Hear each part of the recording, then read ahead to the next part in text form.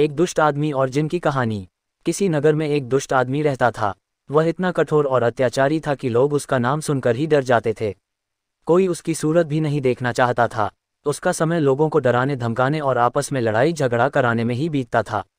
दूसरों के काम में रुकावट डालने में उसे बहुत मजा आता था और किसी की उन्नति को वह फूटी आंख से भी नहीं देख सकता था। कहते हैं कि दूसरों को दुखी करने वाला आदमी कभी सुखी नहीं रहता।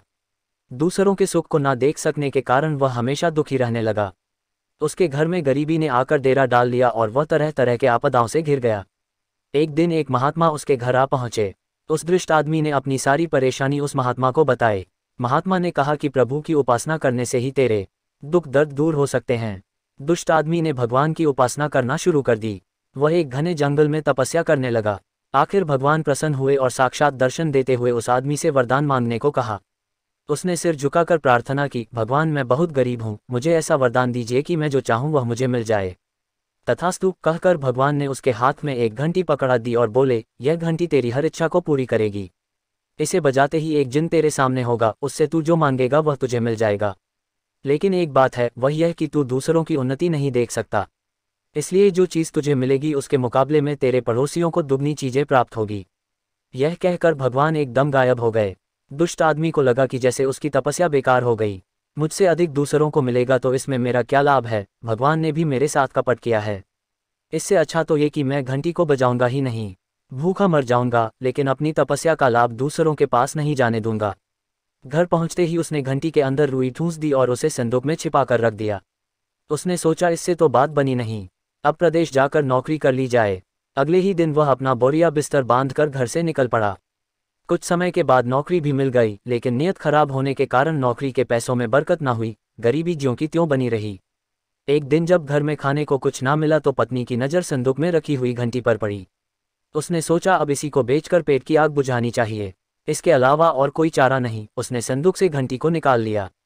उसके अंदर ठूंसी हुई रूही को बाहर निकालते ही घंटी बज उठी और पहाड़ की तरह एक जिन उसके सामने आ खड़ा हुआ। अचानक जिन को सामने खड़ा देख वह बेहोश हो गई। जिन किसी तरह उसे होश में लाया और बोला, तुम्हें क्या चाहिए? भूख से उसकी जान निकली जा रही थी, मानो कि चूहों ने पेट में खेल का मैदान बना लिया हो। वह बोली, मैंने कई दिनों से खाना नहीं खाया, यदि तुम कुछ दे सकते हो तो पहले मुझे अच्छा सा खाना ला कर दो। कहने की देर थी कि तरह तरह के पकवानों से भरा हुआ थाल सामने आ गया। पत्नी ने पेट भर खाना खाया। उसे लगा कि घंटी में अवश्य ही कोई जादू है और उसके द्वारा मेरे कई काम पूरे हो सकते हैं। उसने दोबारा घंटी को बजाया। तत्काल जिन सामने आ खड़ा हुआ और पूछा, अब क्या चाहिए? पत्नी बोली, मेरे पास अच्छा सा घर भी नहीं है, मैं चाहती हूँ कि अपना एक सुंदर घर हो, जिसमें भोजन वस्त्र के साथ साथ सुख सुविधा की सब चीज़ें मौजूद हो। देखते देखते घर भी तैयार हो गया और उसकी इच्छानुसार हर चीज़ घर में अपनी जगह पर ही दिखाई देने लगी। पत्नी ने देखा कि सारा नगर वैसे ही सुंदर घरों से सुशोभित हो रहा है। लोगों के पास दो दो घर हैं और घरों के अंदर सुख सुविधा की हर वस्तु उपलब्ध हो गई है। देखकर वह खुशी से उछल पड़ी। अब उसे अपने पति की याद हो आई। जब घर में हर तरह का सुख प्राप्त है तो प्रदेश में रहकर नौकरी करने से क्या फ़ायदा, और अपने पास तो जादू की घंटी है, जब जिस चीज़ की ज़रूरत पड़ेगी इसके द्वारा प्राप्त की जा सकती है। यह सोचकर उसने तत्काल पति के लिए पत्र लिख दिया कि घर चले आओ, अब घर पर रहकर भी तुम्हारी मनोकामना पूरी हो सकती है। पत्र को पढ़ते ही पति के मन में शंका हुआ। वह चिंता में डूब गया कि कहीं उस कमबख्त के हाथ घंटी ना लग गई हो। जरूर ऐसा ही हुआ है। वह भागा भागा घर लौट आया। उसने देखा सारा शहर स्वर्ग की तरह जगमगा रहा है। लोगों के पास दो दो घर हैं, घरों के अंदर कीमती सामान और भोजन वस्त्र की कमी नहीं।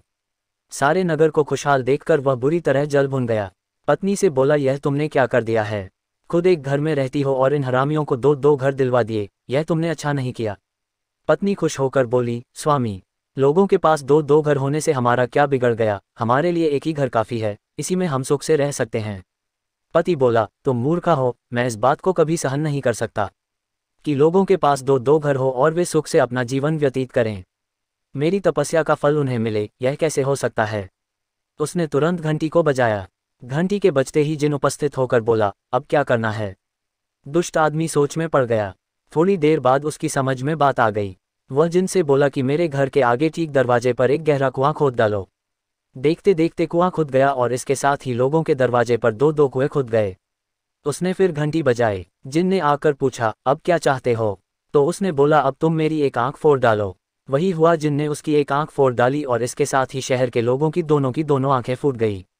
अब बस फिर क्या था, दुष्ट आदमी अपनी एक आंख के जरिए अपना काम चलाने लगा, किंतु जिनकी दोनों आंखें फूट गई थी वह घरों से निकल निकल कर कुएं में गिरते चले गए।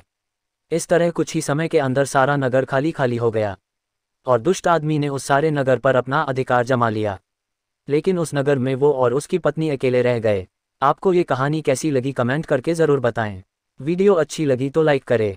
इस तरह की और कहानी सुनने के लिए चैनल को सब्सक्राइब करें।